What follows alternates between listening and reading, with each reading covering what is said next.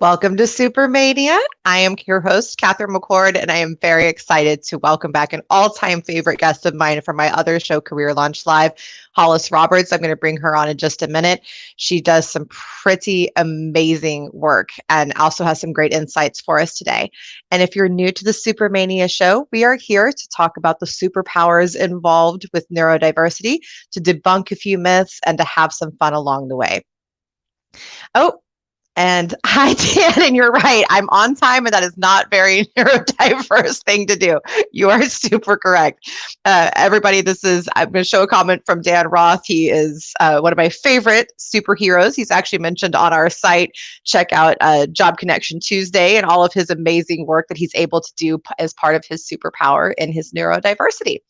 So today, if you're newer to Supermania, again, so we're here to support the neurodiverse community and to provide education and resources. And today we're going to specifically talk about getting a job and how we can work to better ourselves professionally in the neurodiverse.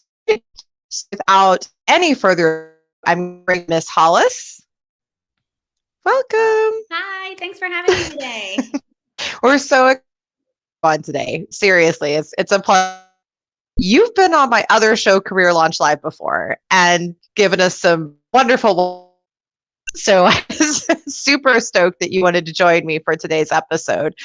Tell us a little bit about yourself. Sure. Thanks for having me today. I'm a career path coach.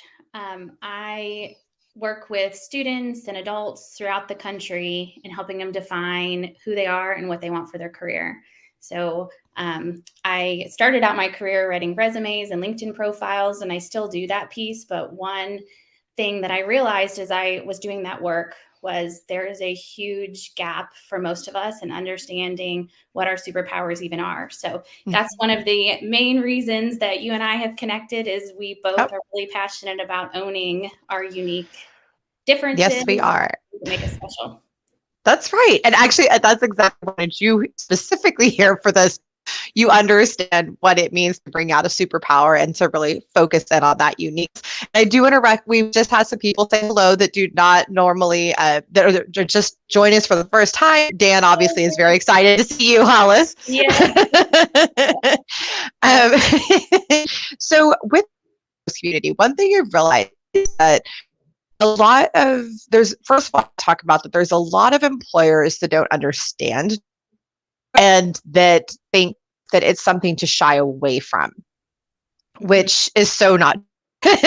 So first of all, neurodiversity just means that your brain processes differently.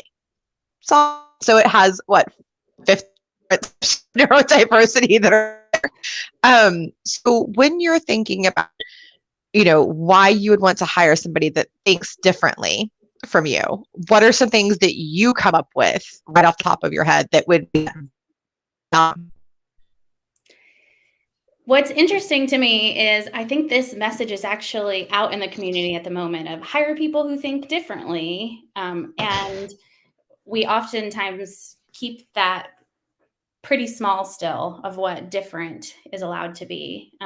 So one thing that I have seen in my practice as I'm working with different clients is as we dig into that uniqueness within ourselves, we not only see the world differently, we also can have a magnet towards the type of issues and challenges in this world that we even notice.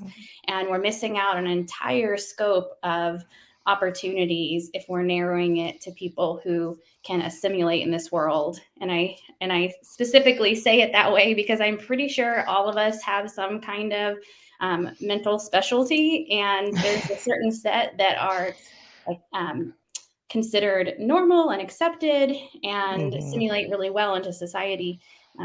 And I think it's so special when we can understand that everyone brings a unique point of view in this world and not to keep anybody out of that picture.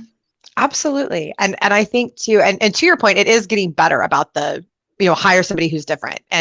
But people still, I've specifically had people say to me, of all people, I would never hire that has bipolar disorder. And I've had potential clients, I've had actual clients say that to me, and I go, you hired me. And they're like, oh, Yeah. what to do with that. And I think one of the cool things is, as we really do lean farther into understanding ourselves and not seeing our differences as bad, we can then harness it in a different way and understand, how is it a superpower? Because so long as we ourselves think that it's a knock or something that isn't special, we can't communicate it to others and help show what value we really bring and the different way that we do think. Right. Absolutely. I feel that way. It took me a while to figure out the superpower behind the bipolar. And I was like, but when I'm manic, it is the most incredible thing. I like, you cannot, I am superwoman. And I fly through everything and I can accomplish everything and just have this incredible just strength. Oh, and thank you. Somebody's called Jeremy. He is my co-host. He is also the mascot for one of my companies. Thank you. And he is my Kraken, by the way. So thank you. But it took me a while to realize that. And when I did, just embraced it and just ran with it. And everybody, and I do want to take a minute to stop and say, what Hollis and I are talking about is not to discredit any struggles that you have that are associated, because as I pointed out in a very comical, fun way at the beginning of the show, there are always the little downside complications with everybody, right? And everybody's mindset and everybody's different mental health and neurodiversity and all of that. So that sometimes it's a struggle, and we're going to have an episode in a couple of weeks specifically about that. But tying is the professional realm, right? So people definitely need to hire the neurodiverse, because they can work like superhumans. Like Dan did all this amazing stuff because of his ADHD, and I know he doesn't mind me mentioning that, but where he was able to, lightning fast launch this Tuesday Job Collective thing and get that up and going and respond to hundreds of messages a day, which would have driven me insane. I would have been an insane person. Oh, and we have a question. What helps you embrace your neurodiversity?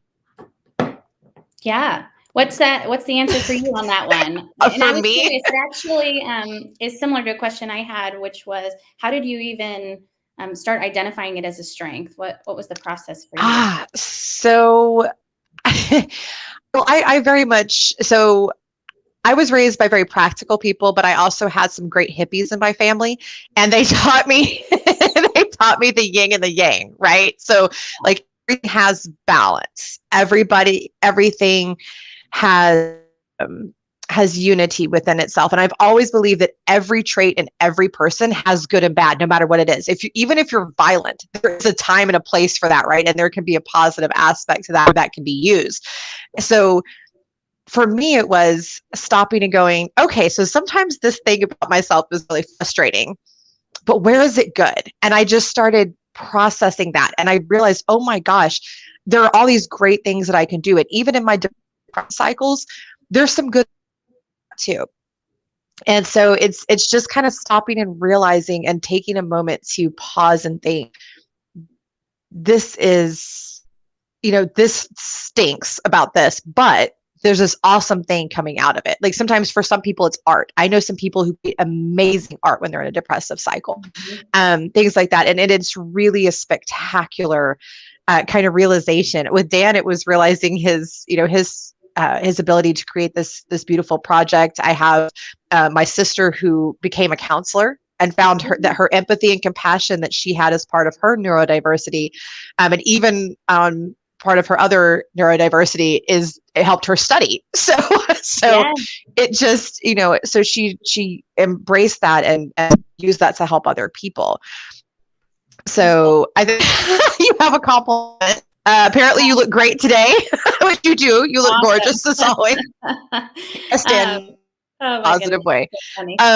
Well, I think it's so awesome how you walked all of us through that and showed how it can be a superpower. I struggle with, I think on paper, it's adjustment disorder. Right. And that really has become an essential piece of my practice, because I understand that change is not easy for all of us. Talking about yourself differently, promoting yourself differently, getting hired by leaning into who you are requires you to do different practices. And that was one piece that I zoned in on very quickly was, hey, I think there's a lot of people who struggle in this area. And because I had done a lot of work in that area to start figuring out how myself I can not let it hold me back, I now can teach it forward. So it has become a superpower for me as well. That's amazing. That's really cool. Good for you. And and it's funny. I tell people, I think one of my other superpowers is finding the other neurodiverse people because I can just kind of peg it like, oh, you have a special superpower. And I think I can kind of peg it. And I had kind of honed in on that with you. I was like, there's a reason Hollis can jam this out like really good. They can just really rock this. Absolutely. And also I think the empath side of me has that same thing of I can feel when people are not feeling comfortable in their own skin. That seems to be a magnet for me. And I find that when I'm around community and I'm showing up in a way that's really authentic, that it helps other people do the same. And that gives me strength too. And understanding that when we come forward, there's so many people who raise their hand and go, oh my gosh, I'm struggling with that too. It just takes one person to start voicing and sharing. And I want to say on that line, I had the most incredible experience. I think about a year and a half ago now, I put out a post. I don't even know what the world made me do it, honestly. But I put out a post about being a bipolar business owner.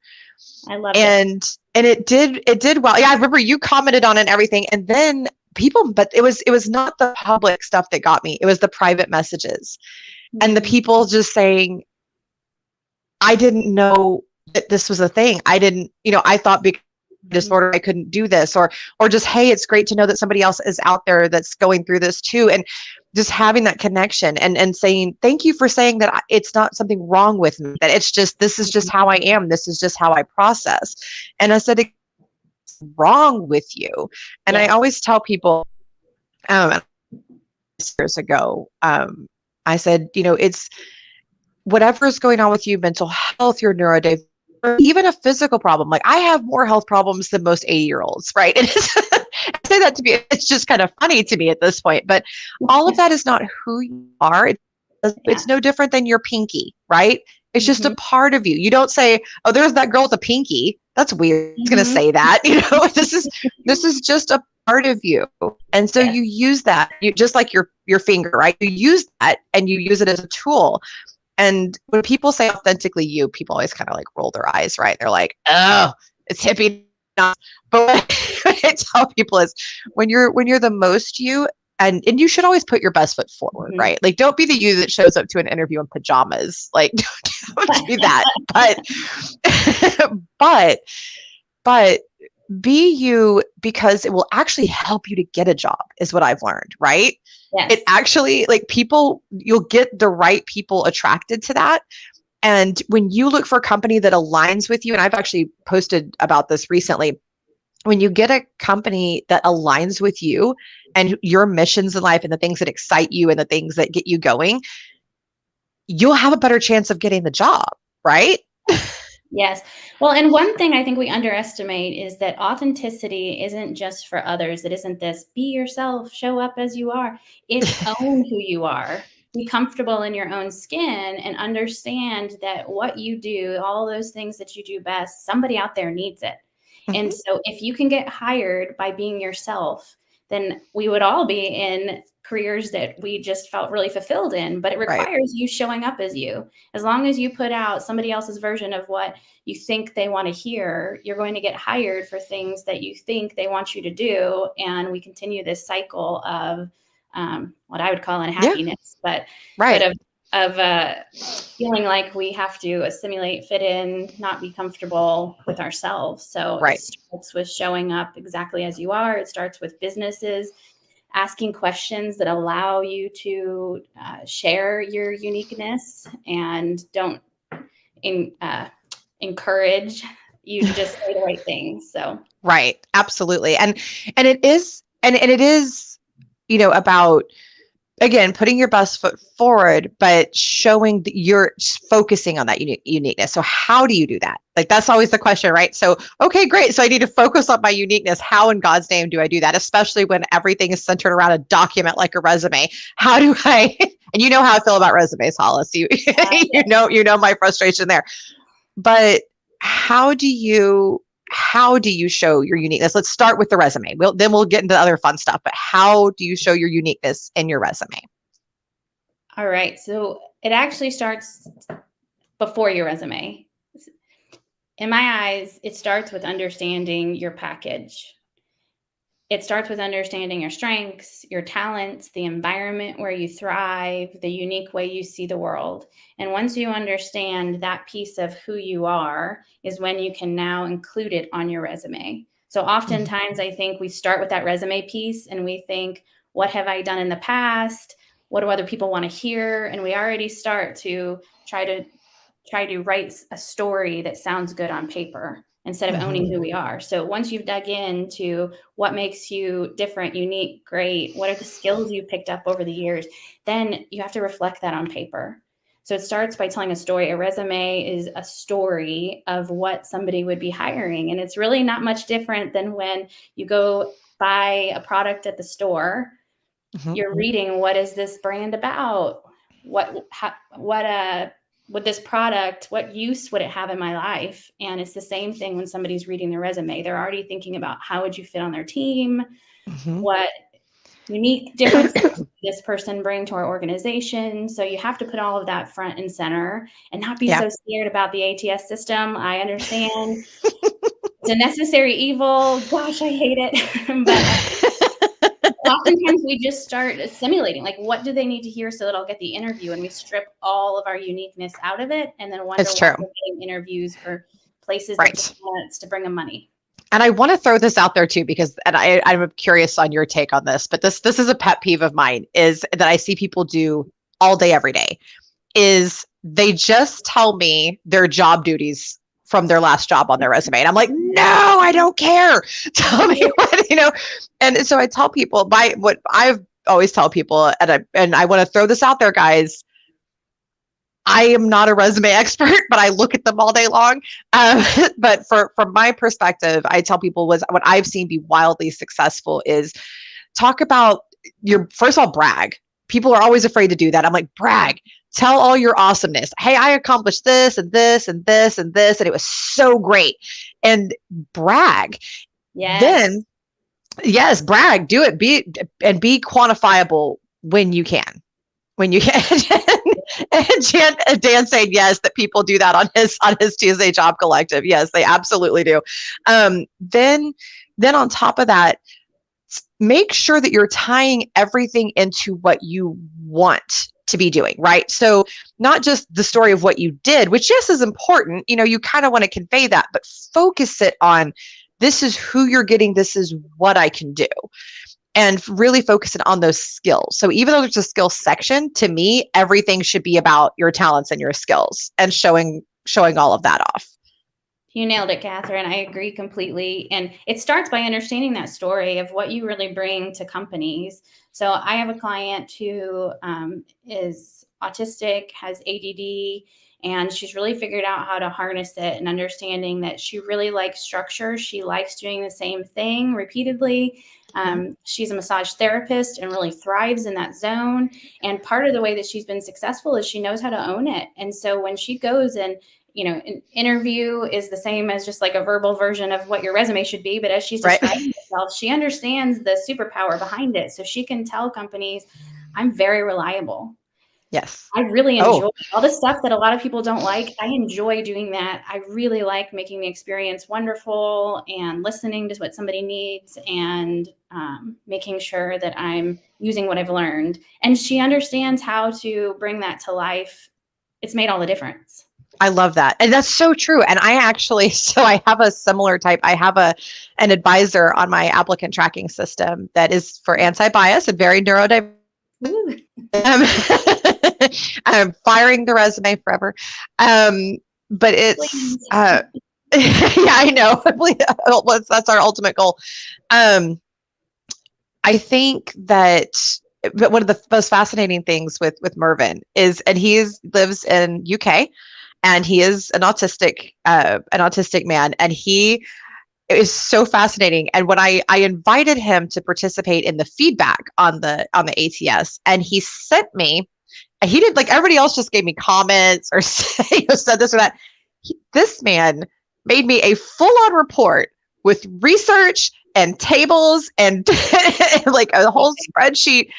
And it was the most, so I brought him on as an advisor and gave him equity in the company, because I thought, what a brilliant mind. And so he hooked me, and I kind of knew he would bring something cool. I wasn't quite expecting that, honestly. I'd love to give myself that much credit, but I did know he had something special to offer. And so when he did that, it kind of just proved everything right. And I think that, the more that we embrace different, and so somebody like that, this is how I present information, and it's so robust, and it's and I'm very big. I've been telling a lot of people with universities to send something with their resume that showcases what they can do.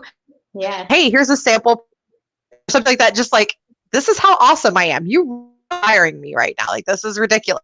That kind. So outside of the resume, kind of covered, some creativity there. Talk to me about LinkedIn and what you recommend there. I'm sorry, can you repeat that last part? Oh yeah. So I know the connectivity. LinkedIn. How do we showcase ourselves appropriately on LinkedIn? Yes. I don't think it's much different than the resume. So I think that it is similar in the sense of bring you forward. It's a chance for you to show up in your professional community as you. So obviously the profile, the same sentiments go there of show up exactly as you are. There's lots of opportunities on LinkedIn to include attachments to work or links to videos or whatever may showcase your special strengths. And then show up in your community exactly as you and all your beauty. So some of us are really good at connecting. Some of us are really good at finding people, and others are awesome at writing. And as you mentioned, somebody who did a report, well, that would be a wonderful person for contributing articles and sharing about areas of interest. So however it is that you show up in the world, show up exactly like that as LinkedIn. And one of the things I think we get most wrong is we think there needs to be a different strategy on some of these platforms than the strategy we deploy for getting friends and doing life. Just show up as you. Start there. It's way easier than a lot of us think. Again, maybe not in pajamas, because I've been seeing that. I've seen a couple of profiles lately on LinkedIn, like, what pajamas? This is very confusing to me. Well, you know what? If they refuse to get out of pajamas to do work, then maybe that's exactly who they are and how they need to show up. Maybe that is the thing. Maybe I'm just it just cracks me up. It always makes me laugh. Well, like, you do see people that are in like fitness and all that, show like having the fitness gear and stuff, like, which that makes sense. You're in fitness, so wear the appropriate gear. That makes perfect sense. And by the way, we have somebody commenting that they would love to connect with us after the call. If it didn't show up on LinkedIn, I did comments where you are profiles, but you can also look both of us up and find us, connect with us, reach out via message, and we will respond to you. We will connect with you, and we will talk to you. We're always welcoming of that. So let's talk about the interview, right? Because that freaks out a lot of people, especially in the neurodiverse community. And I've had some people tell me I don't like eye contact, and so it costs me interviews. I've been told, certain technologies might make me have seizure activities, and people always want to do a Zoom interview with me.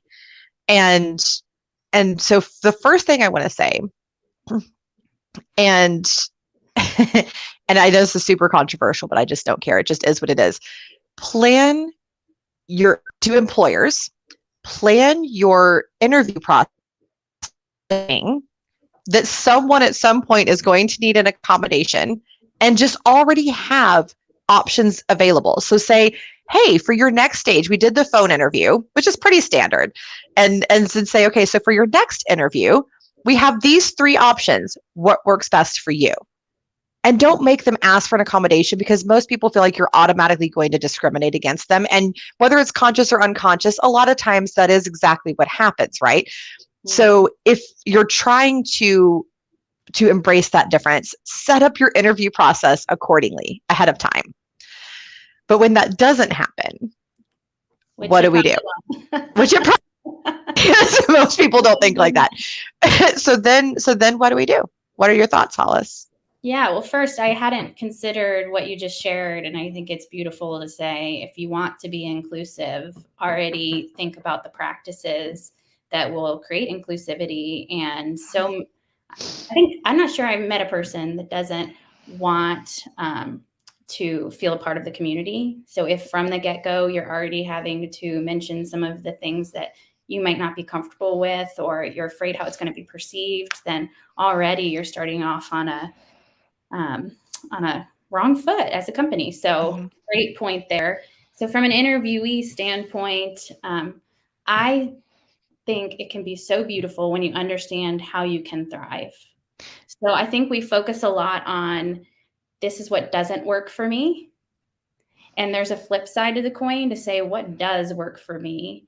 And we can come forward with solutions and share at the beginning of an interview how we work best. So I've had clients who bring a pad and paper with them into an interview and just share up front that I love to be really thoughtful when I'm sharing my answers. If I take a beat, it helps me. So if you see me writing down for a second, it's so that I can gain my thoughts and then share. So they shared it at the beginning of the interview. So then it was expected. And just sharing that, they didn't share what the disorder was, why they're doing it. What they shared is how they can thrive. And that is the superpower side of the coin. So I really think leaning into and understanding that about yourself is crucial. Set expectations ahead of time almost always fixes the problem. So I get anywhere really in the interview stage to say, hey, yeah, I'm super excited, because almost everybody sets up a phone call first, right? So just say, sometimes it's Zoom though now, but just go ahead and say, hey, just to let you know, this is how I function the best. This is what I'm going to do to set myself up for success. And if you say it that way, they're not going to necessarily even catch on to that it's a diversity or anything like that. It's just, oh, well, they're just telling me how they want to present themselves. Great, cool. All right. Yes. At least they're thinking about that. And then it shows that you're proactive. So absolutely. So what happens, because this is another one that tragically happens all the time, when the company finds a backdoor way to find out about your disability. For instance, this is one of my all-time just get on a soapbox about it issues is employment gaps, which especially people in the neurodiverse communities face, also a lot of mothers face. And where people say, oh, why do you have this employment gap? And then basically forcing you, and it's a backdoor way to, to get that information that they know is illegal to ask. And it's very shady. But so when that happens, what I tell people to do is to give a very vague answer. It's because you're autistic or you have an anxiety disorder, and so you're struggling to get through the interview process. You're a great employee, but people mention to you. I would just say, well, trying to find the right opportunity. Let me tell you about this accomplishment and just refocus it, because frankly, your employment gap doesn't matter. Why? Because it's personal time. If it's personal or that, just reframe it. Don't ignore the question, but give a very brief answer, and then off you go to the races. And we're saying personal time, also perfectly acceptable. And keep going. What's your advice on that, Hollis? Yeah, it all comes back to the story. So what story are you looking to share, and what information do you need to say, and how much do you need to say in order to tell your story properly? And there's so much value to taking a gap for employers, a chance to reset, chance to make sure you're finding the exact employer or place where you can thrive. So focusing on that side can really be a great way to share the truth, but also share it that you have processed through and understand why there is the gap. So, for instance, in your scenario, yes, saying, I really don't want to just accept any employment. It's important to me that I know where I can add value. what I know about myself and then continue. Again, don't stop. Like you said, then continue. Where I know I can add value is I am extremely thoughtful. I'm great at analyzing data, and I want a company that can use that to their advantage. So now you've already moved the conversation on to a positive point. I think that's spectacular advice. Thank you. So as we wrap up, Hollis, tell everybody what you have going this new and exciting and how they can connect. Yeah. So I'm a career path coach. I dream of a world where we all can find success and get hired just by being ourselves. I work with students and adults and helping them define what kind of career they desire for themselves, and work with my clients to market themselves to get those kind of roles. So you can find me at career-design.com. I'm also on LinkedIn, very active on LinkedIn. I just want to help in this area and help accomplish my dream. So happy to pass along resources, always taking new clients as well. Absolutely. All right. And again, if you want to connect with me, same kind of thing. You can check out my websites, titanats.com, titanmanagementusa.com. Find me on LinkedIn. I'm one of like 3 Catherine McCords. This is what I look like. Very easy to find me. I will respond to you. I will engage with you. We'll be back again. Not my dear Hollis. She won't be back with me next week, but next week Super Mania will be back. Same time, same place. We are now also very excited about that, and we'll also be getting the show on iHeart and Spotify very soon. But thank you so very much, everybody, for joining us. Thank you, Hollis, for being my absolutely wonderful. And with that, I'm going to say au revoir. Bye.